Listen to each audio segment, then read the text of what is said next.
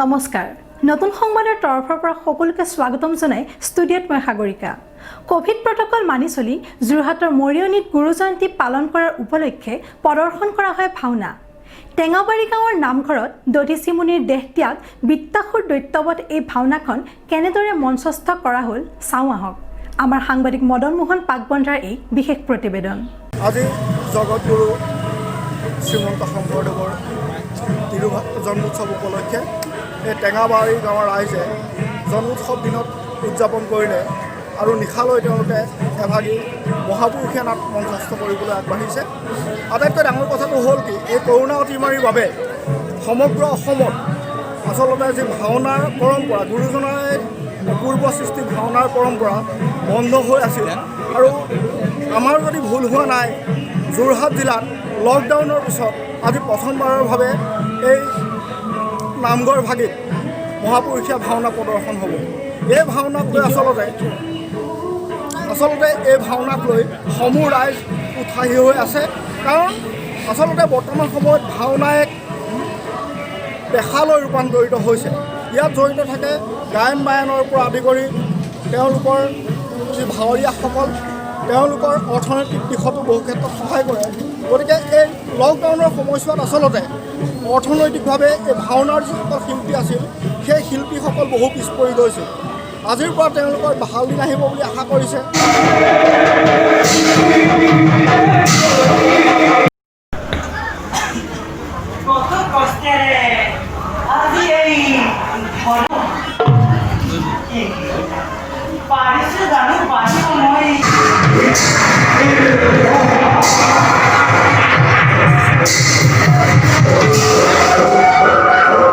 আমি পোনপ্ৰথমে যিখন এই টেঙাবাৰী গাঁৱৰ জন্মোৎসৱ সমিতিৰ আছে তেখেতসকলৰ যিসকল বিষয়ববীয়া আছে তেখেতসকলৰ পৰা এই অনুষ্ঠানটোৰ বিষয়ে আমি অকণমান জানিবলৈ চেষ্টা কৰিম আমাৰ লগত আছে এই জন্মোৎসৱ সমিতিৰ সভাপতি ডাঙৰীয়া তেখেতৰ পৰা আমি জানিবলৈ চেষ্টা কৰিম আচলতে এই সম্পূৰ্ণ এই অনুষ্ঠানভাগীৰ বিষয়ে আপুনি অকণমান আমাক ক'বচোন হয় আমাৰ পৰম্পৰাগতভাৱে অতীজৰ পৰা এই বিজয়া দশমী দিনটোত মহাপুৰুষ শ্ৰীমন্ত শংকৰদেৱৰ জন্মোৎসৱ ভাবি পালন কৰি আহিছে গতিকে সেয়েহে আমি যদিও কৰোণা পৰিস্থিতি সেই লৈ আমি চৰকাৰী নীতি নিৰ্দেশনা মানি আমি অনুষ্ঠানটি আৰম্ভ কৰিবলৈ লৈছোঁ আজি হয় ধন্যবাদ তেখেতে খুব সুন্দৰকৈ কৈছে এটা কথা যে চৰকাৰী যি নীতি নিৰ্দেশনা আছে সেই নীতি নিৰ্দেশনা মানিও তেখেতসকলে পূৰ্বৰ পৰা এক পৰম্পৰা আছিল যে বিজয়া দশমীৰ দিনা এই ঐতিহাসিক এই নামঘৰ ভাগি তেখেতসকলে সদায় জন্মোৎসৱ ভাগি পালন কৰি আহিছে আৰু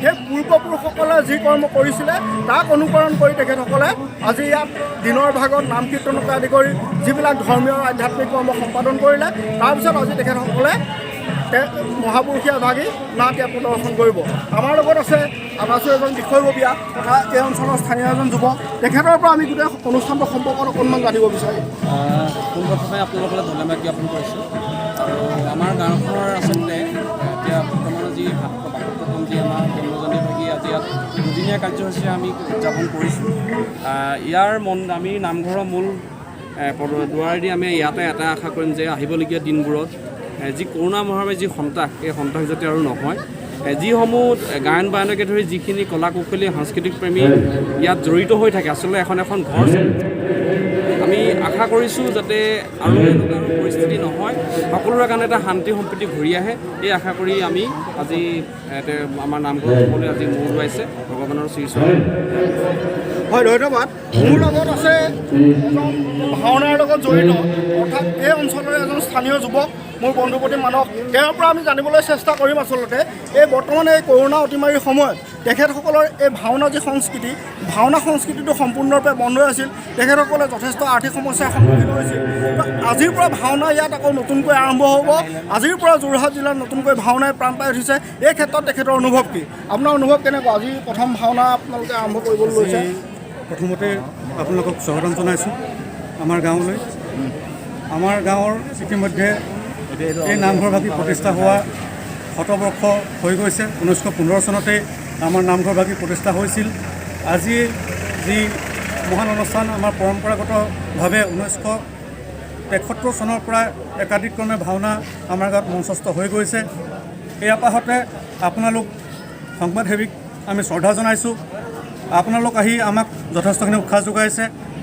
আপোনালোকৰ জৰিয়তে আমি অসমবাসীক এইটো কথা জনাব বিচাৰিছোঁ, যিহেতু আমাৰ এখন পাঁচপৰা অঞ্চল, এই পাঁচপৰা অঞ্চলত আমি গুৰুজনাৰ আদৰ্শৰে অনুপ্ৰাণিত হৈ কণ কণ যুৱক যুৱতীসকলক তথা সমূহ গাঁওবাসী একত্ৰিত হৈ বিভিন্নজনৰ দিহা পৰামৰ্শৰে পুষ্ট হৈ এইভাগে আমি জীয়াই ৰাখিছোঁ আৰু আগন্তুক কাললৈকে সকলোৰে সহায় সহযোগিতাত আমি আশা ৰাখি পৰৱৰ্তী সময়ছোৱাত প্ৰভু ভগৱন্তই সকলোকে আশীষ প্ৰদান কৰক আৰু পুনশ্চ আপোনালোকলৈ এয়া পাহতে শ্ৰদ্ধা জনাইছোঁ। হয়, ধন্যবাদ। তেখেতে খুব সুন্দৰকৈ কথাখিনি কৈছে যে কৰোণা অতিমাৰীৰ এতিয়া ভয়াৱহতাৰ পিছত তেখেতে আশা কৰিছে যে দিনবোৰ ভাল হওক, সুন্দৰ হওক, ভালদৰে দিনবোৰ আগুৱাই যাওক আৰু ভাওনাৰ যিসকল কলা কুশলী আছিল তেওঁলোকৰো ভাল দিন ঘূৰি আহক। মই ইয়াৰ পিছতে প্ৰথমতে আপোনালোকক নামঘৰৰ ভিতৰৰ কিছু দৃশ্য দেখুৱাবলৈ মোৰ সহযোগী দেৱবিকাশক অনুৰোধ জনাইছোঁ।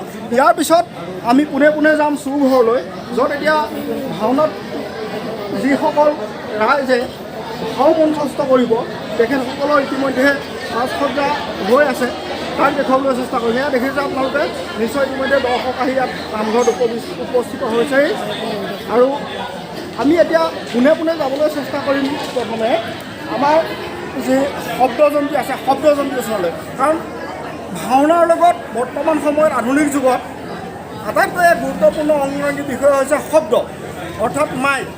কিন্তু বৰ্তমান সময়ত এই যি কৰোণা অতিমাৰী ভয়াৱহতা আহিছিল, এই শব্দ বিভাগৰো কিছু ক্ষেত্ৰত স্থবিৰতা আহি পৰিছিল তেখেতসকলৰ ব্যৱসায়লৈ।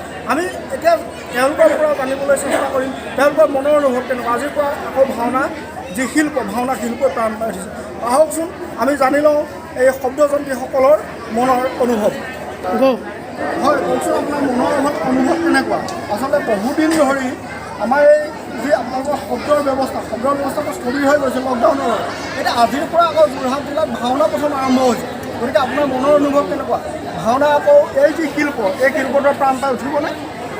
হয়, আমি মাৰ্চৰ 15 তাৰিখে লাষ্ট ভাওনা মাৰিছিলোঁ। আপোনাৰ মাৰ্চৰ 30 তাৰিখৰ পৰা আমি লকডাউনৰ তাৰমানে যি বন্ধ দিছিলে সেই বন্ধ আমি মানি চলিছিলোঁ। বৰ্তমান যি সময়ত ভাওনা অনুষ্ঠানটি খুলিবলৈ আপোনাৰ আমি অনুভৱ পাইছোঁ, আমি এটাই ভাল লাগিছে যে ইমান দিন যে আমি 6-7 মাহ দিন লকডাউনৰ কাৰণে আমি তাৰমানে এই শব্দ আৰু পোহৰৰ পৰাই আমি চলি আছিলোঁ। আমি বহু অভাৱত আজি 6-7 মাহ দিন বহুত কষ্টত চলিলোঁ। আজি প্ৰথম দিনা মাৰ্চৰ 15 তাৰিখৰ পৰা আজি প্ৰথম দিনা ভাওনা শব্দ আৰু পোহৰ আমি এই বস্তু আৰম্ভ কৰিছোঁ। তথাপিও সকলোৰে কামনাৰ কাৰণে আমি ইয়াৰ পৰা এই ভাওনাখনৰ জৰিয়তে লগাম যে এই কৰোণা মহামাৰী ইমানতে সমাপ্ত হওক আৰু এনেকুৱা অভাৱত আমাক দ্বিতীয়বাৰ নাপালাই, মই ইয়াকে ক'ব। হয়, ধন্যবাদ। তেখেতে খুব সুন্দৰকৈ কৈছে যে সকলোৰে মনত এতিয়া এটাই ভগৱানৰ ওচৰত প্ৰাৰ্থনা জনাইছে যে কৰোণা মহামাৰী নিপাত যাওক। আমি ইয়াৰ পিছতে আপোনালোকক দেখুৱালোঁ সেই চুৰঘৰৰ দৃশ্য আমি দেখুৱাম। তাৰপিছতে আমি পোনে পোনে আপোনালোকক লৈ যাম ভাওনাৰ মাজলৈ। খন্তেক সময়ৰ পিছতে ভাওনা আৰম্ভ হ'ব। সেই চুৰঘৰৰ দৃশ্যৰ পিছতে আমি আচলতে ভাওনাৰ দৃশ্যলৈ আপোনালোকক লৈ যাম। হয়, আমি আপোনালোকক কৈছিলোঁ যে আমি যি ভাওনাৰ আচলতে অংগাংগীয়ে সম্পূৰ্ণ কৰে ভাওনা এখনক আচলতে সাজ সজ্জাই। যোৰহাট জিলাৰ তিয়কৰ এক প্ৰতিষ্ঠিত ড্ৰেছ ভাণ্ডাৰ হ'ল, সাজ পোছাকৰ ভাণ্ডাৰ হ'ল শ্ৰীকৃষ্ণ ভাণ্ডাৰ। তেখেতৰ স্বত্বাধিকাৰ আমাৰ লগত আছে। তেখেতৰ পৰা আমি জানিবলৈ বিচাৰিম পোনপ্ৰথমে আচলতে লকডাউনৰ সময়ছোৱাত সুদীৰ্ঘ সময় ধৰি তেখেতসকলৰ ব্যৱসায়সমূহ বন্ধ আছিল। আটাইতকৈ ডাঙৰ কথা কি, এই সাজ সজ্জাৰ প্ৰতিষ্ঠানত আচলতে অকল নিজৰ পৰিয়ালটোৱে নহয় বহুকেইটা পৰিয়াল তাত জড়িত হৈ থাকে। গতিকে আমি তেখেতৰ মুখেৰে জানিবলৈ চেষ্টা কৰিম যে এই লকডাউনৰ পিছত এতিয়া আজি প্ৰথমবাৰৰ বাবে ভাওনা অনুষ্ঠিত হৈছে। তেখেত এই সম্পৰ্কত আশাবাদী নে, এই সম্পৰ্কত আমি তেখেতৰ পৰা জানিবলৈ বিচাৰিম। কওক। জয় জয়তে নতুন সংবাদৰ তৰফৰ পৰা সমূহ ৰাইজলৈ আমি আন্তৰিক শ্ৰদ্ধা জ্ঞাপন কৰিছোঁ। মহামাৰী কৰোণাৰ কাৰণে আজি 8 মাহে আমাৰ এই কাৰ্যসূচী বন্ধ আছিল। আজি এই টেঙাখাট ৰাইজে, টেঙাবাৰী ৰাইজৰ সহযোগত আজি আমাৰ ভাওনা অনুষ্ঠানটো ৰূপায়ণ কৰিবলৈ লৈছে। তাৰ কাৰণে আমি সকলো ৰাইজকে ধন্যবাদ জ্ঞাপন কৰিছোঁ। যি মহামাৰী দুৰ্যোগ আহিলে সেই দুৰ্যোগৰ ফলত আমাৰ যিবিলাক ভাওনাৰ লগত জড়িত সকলো অনুষ্ঠানে যেনে সাজ পোছাকৰ পৰা মেকআপৰ আৰ্টিষ্টলৈকে আমি বিভিন্ন সমস্যাৰ সন্মুখীন হ'বলগীয়া হৈছিল। আৰু এতিয়া ৰাইজে শেহতীয়াকৈ এই পদক্ষেপ লোৱাৰ বাবে আমি আমাৰ তৰফৰ পৰা সমূহ ৰাইজলৈ আমি আন্তৰিক ধন্যবাদ জ্ঞাপন কৰিছোঁ। হয়, ধন্যবাদ। তেখেতে খুব কৰোণা অতিমাৰী আছিল। সেই কৰোণা অতিমাৰীৰ কাৰণে বিভিন্ন ধৰণে গোটেই আচলতে ভাওনাৰ যি প্ৰক্ৰিয়া সেইটো বন্ধ আছিল, এতিয়া আৰম্ভ হৈছে। মই মোৰ সহযোগী দেখুৱাবলৈ অনুৰোধ কৰিছোঁ। আচলতে এতিয়া আমাৰ কি চলি আছে ইয়াত? আপুনি কি ভাও অভিনয় কৰিব? মই এবাৰ বিষ্ণু ভাওতে এখেতে অভিনয় কৰিব। আহক আমি এইপিনে দেখিছোঁ। আৰু এখেত আপুনি কি ভাওত অভিনয় কৰিব? মই স্বতন্ত্ৰ অভিনয় কৰোঁ। হয়, তেখেতে অভিনয় কৰিছে। আমি এতিয়া ভাল লাগিল নিশ্চয় আপোনালোকৰ আজি গোটেই নিশাটোৰ ভাওনা বিষয়ে, বিশেষকৈ আমাৰ যোৰহাটত যি প্ৰথম ভাওনা আৰম্ভ হৈছিল সেই ভাওনা অকণমান আপোনালোকক দেখুৱাবলৈ আমি চেষ্টা কৰিছিলোঁ। শেষত নতুন সংবাদৰ সমূহসকললৈ ধন্যবাদ জনাই যোৱাৰ কথা টেঙাবাৰীৰ যি উদযাপন সমিতিলৈ ধন্যবাদ জনাইছোঁ।